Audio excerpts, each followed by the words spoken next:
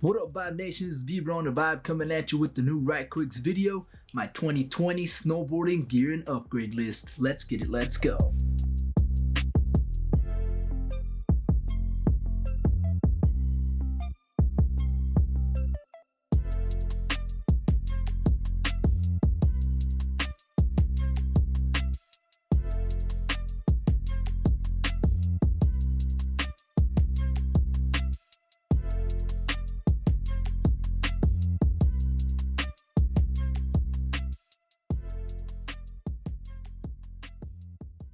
I only started snowboarding about 3 years ago, so I still consider myself an intermediate to beginner level rider, which is why I decided to make this video. It also gives me an opportunity to learn from all of you. So if you have any advice of any of the stuff that I show you today, feel free to let me know in the comment section. Now, I will say if you've been riding a while or are an expert level rider, this video is not really for you.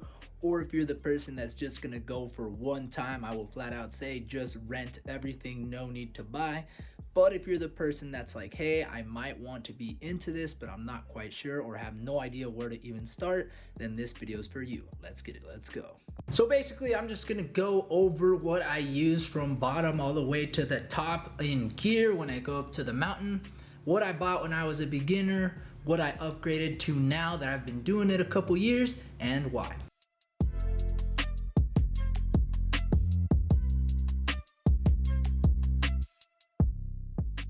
For my boots, I got a pair this year of 32s. My first year, I actually just rented or borrowed boots from a friend, which I still need to return actually. But I went with these because they weren't too expensive. They seemed to be comfortable enough. I would recommend if you go with something like this, you put an insole in there though, because they aren't very comfortable on the bottom. But they do the trick for me. They do not seem like they're gonna wear and tear anytime soon. So I'm still keeping these, definitely not gonna upgrade till these go bad. So I will definitely put the link for these as well. So for my base layer, I like to put on these sort of thin thermals that Under Armour and Nike are pretty popular for. I actually got these at Marshalls and or Ross, so don't be afraid to go there. I like to wear these because they are thin, nothing thick. It's not making me be heavier and more uncomfortable, and they're also very breathable. So when you're up on the mountain, it's important to not wear something that's gonna hold on to moisture because you'll actually end up being more cold and less comfortable up on the mountain. So as a base layer, I would start out with something like this. The cool thing about these two is that if you decide to not snowboard anymore, this is something that you can continue to use later on. These are a great base layer to wear like under your jeans or under your sweats if you're going to the store or something like that during winter time. So that's also why I tell you to go ahead and go to Marshalls, go to Ross. Don't spend on the big name brand one unless you already have those and you're planning on using it for something else already. But if not, just go with these. I've had these for a couple years. I just wash them every time I use them, how they're supposed to be washed, and that's it. Let's get it, let's go. So after my bottom half base layer, I like to go ahead and put on my socks. I use a pair of wool socks. I got these at Sportsman's warehouse. These are typically more expensive than your average sock. So if you're comparing them to that, you're gonna be like, whoa, that's pretty expensive for just 1 or 2 pairs. But when you compare them to actual like snowboarding socks that are meant to keep your feet warm and this and that, they are actually a better bargain. I just go with these. I have like 4 pairs of these. I take a couple up on the mountain every time I go, get them washed when I come back, and they seem to work. I don't typically wear double socks like my regular socks and then these, but that's typically because the inner sock like moves in the inner line. I can just feel it. And so it's a little annoying if I wear a double sock, but if you're extra cold and you think double sock in it and it doesn't matter to you, then do that.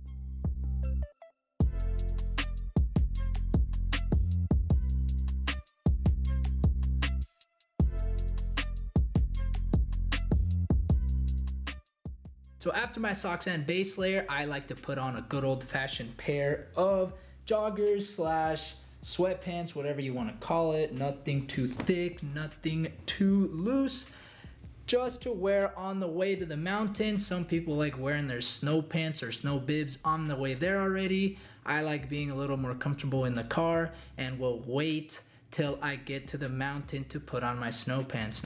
So next come my snowboard pants. I do have two sets. I have a set of regular snowboard pants, and this year I actually upgraded to a bib. Now this is the reason why I upgraded to a bib. The initial bib that I got on Amazon. I would actually recommend that bib if you're a straight up beginner. Say you already know, hey, I did this twice, I already went and got my rental, I'm willing to buy my snow pants. I would recommend a bib, but say you're like, I don't really want to spend too much on a bib, because bibs can get expensive. Like I said, I'll put the links to everything that I have. But the initial bib that I got was another Amazon choice on Amazon.com. It was like $30, it got the job done. The reason why I actually switched to first pants, because I actually got these pants before I got that bib, was because I wanted something thinner. The bib that I got from Amazon was a little poofy, and when it was my initial runs on the mountain that I was still falling a lot, it felt like, yeah, that was a little helpful, but at the same time it was a little uncomfortable because of how kind of poofy it was, like I said, for lack of better terms. So I got the pants. The thing is, I don't like how you're still getting snow like on your waist and things like that. So I was like, man, I gotta go back to a bib. So that's when I started looking for and found this one. This is from Volcom. I showed you that. I showed you this, sorry, not that, earlier.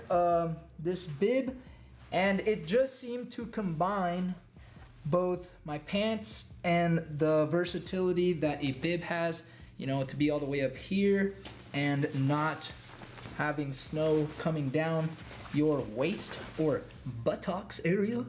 Anyways, that's why I got a bib. Like I said, I'll put the links on everything that I have and that I bought from the time that I started snowboarding to now, so you can take a look and see if any of that helps you out.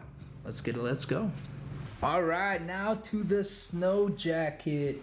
Now I got this snow jacket last year. I actually have two sets. I have this one and I have this one, and I'm gonna go ahead and explain a little bit about why.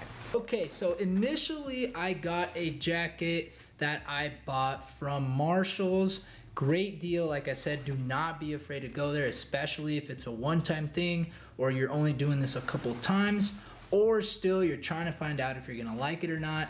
I recommend going there. The thing about those jackets is they're typically pretty poofy, and although for the first couple times when you're falling that may seem nice, they quickly get really hot, really heavy, and uncomfortable, really hard to kind of maneuver. So I went and got me this one right here. Now, the thing about being on the mountain is you gotta be dry. You gotta be dry. And this does help with the rain. It's very water resistant, but it doesn't resist it as much as something like this would. It's just a different material. So I do take both of them along with me just to see how the weather is up on the mountain first, and then I make the decision whether I'm gonna wear this one or my other one based on the weather conditions.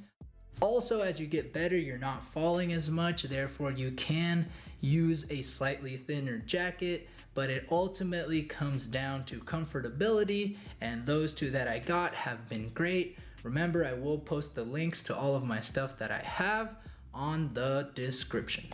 All right, the next item on my list that you're gonna wanna have is some sort of face shield. I got these from SA Face Shields. They got good deals going on. They have different designs and things like that, which I liked. The main thing about these face shields is you have to have something to cover, like it says, your face.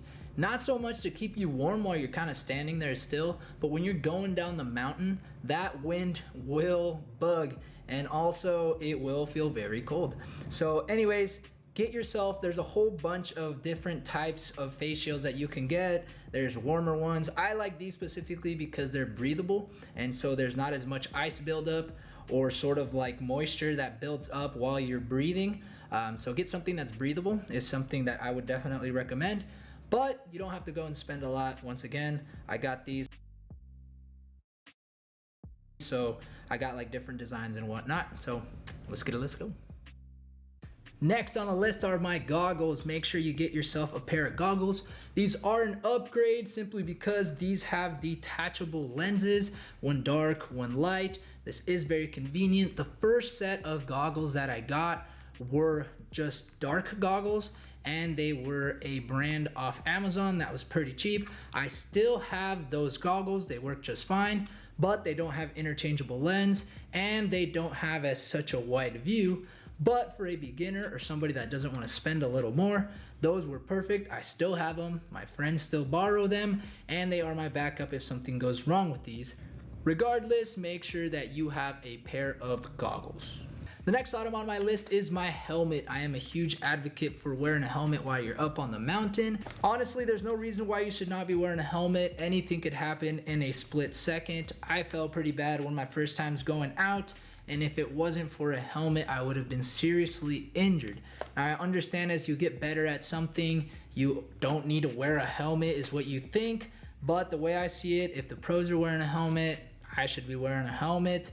Also, I did upgrade helmets from my last year one for one of those reasons. I didn't really like how it looked, so instead of just not wearing it, I got on the market, on the internet, whatever, and found this one that I liked. Like I said, this is from Wildhorn. Drift is what it's called. There's a bunch of other ones. It just depends the price you want to spend on. Personally, if you're just starting and you still think that, hey, I want to continue, but I don't want to keep renting, but I don't really want to spend too much, get on Amazon, buy the one that is like an Amazon best choice. I still currently have it. I let a bunch of my friends borrow it if they need it. I just personally don't like how it looks, so that's why I got another one. But looks are very minimal when it comes to safety up on the mountain, so wear a helmet. The next thing I like to take is a beanie. I don't wear this under my helmet because it actually doesn't fit. So if you do plan on doing that, make sure you get a helmet that is big enough. But I do like carrying this around for the times that I'm not wearing my helmet, like when I'm eating in the cafeteria or I'm in the hut or anything like that. I don't like wearing my helmet, so having a beanie that will still keep my head and ears warm is a definite pro. The next item that is overlooked is your belt.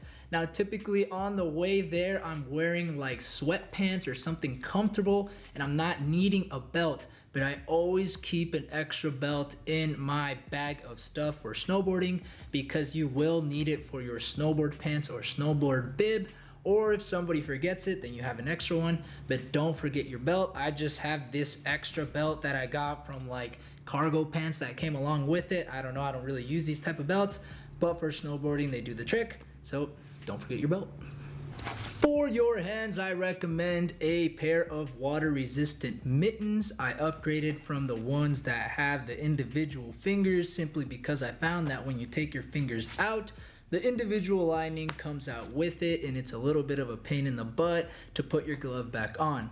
Also, you could wear a lining on your hand still. That'll keep you warmer, like another form of little thinner glove or something, and still stick your hand in there. Stick it back out. You can use your phone, or you can get out whatever you need from your backpack a lot easier without having to waste time on the mountain. The first board that I got was this one. It's a nice Burton LTD. It works perfectly for me. I did not know what kind of board it was. All I knew is that it was 80 bucks and it came with bindings. I got it from one of my dad's friends, and although it's not the type of board that I was really looking for, it was perfect for me to learn. It was perfect for me to call my own. I got a chance to learn how to maintenance it, how to take it to get waxed. And then within more and more research that I did, I realized that this isn't the type of board I want for a daily use board, but nonetheless, I'm not gonna get rid of it. It's still good, it still works. The only reason I don't use the bindings anymore was because I kind of broke them, but that was my own fault. It wasn't anything against the bindings. The point is, don't be afraid to look on Craigslist to get something cheap. So here's some extra tips for you, not so much gear related, but I did find useful up on the mountain. You're gonna want a extra battery pack if you're pulling out your phone to take pictures pretty often. You'll find that with the lower temperatures up there, your battery actually tends to die a lot faster than usual. So having an extra battery pack to charge your phone when you're not using it is very helpful. Another thing I highly recommend is leaving your jewelry pieces at home. Nobody cares that you're wearing those in the mountain. We can't even see them. There is instances where you can take it off, maybe show it off, but trust me, nobody cares what you're wearing up there. And also, it's something that if you lose, and it has sentimental value, that's gonna highly suck. So make sure that you leave your jewelry at home. Nobody cares about it.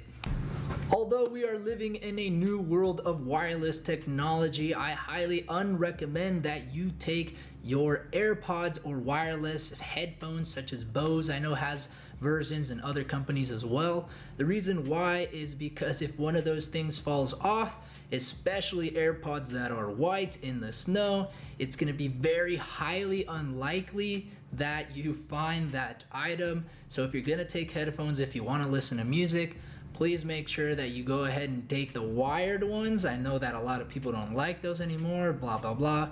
But up on the mountain, they do the trick. Also, make sure you don't get too lost in your music where you don't hear the people that are coming behind you or other things that are going on the mountain. If possible, try to get your lift ticket ahead of time online, as well as any rentals that you may be doing, simply because when you show up to the mountain, there may be long lines. With COVID going on, some mountains may have even capacity limits. So in today's times, especially if you can, make sure you buy your tickets and rentals if you're renting ahead of time. You are definitely going to want to have some sort of duffel bag or bag to be able to carry all that stuff in. I have this Jordan one. I did not buy this specifically for snowboarding. I already had this duffel bag.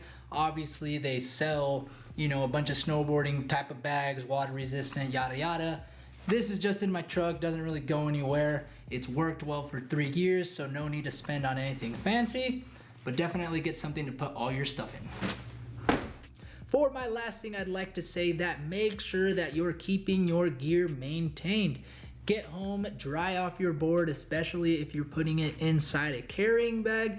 Make sure you wash and dry all the items of clothes that you had properly. A lot of the things that you buy that aren't necessarily very expensive will last just as long if you take care of them. If you have any questions or comments, feel free to drop them in the comment section below. Thanks for watching. Let's get it, let's go.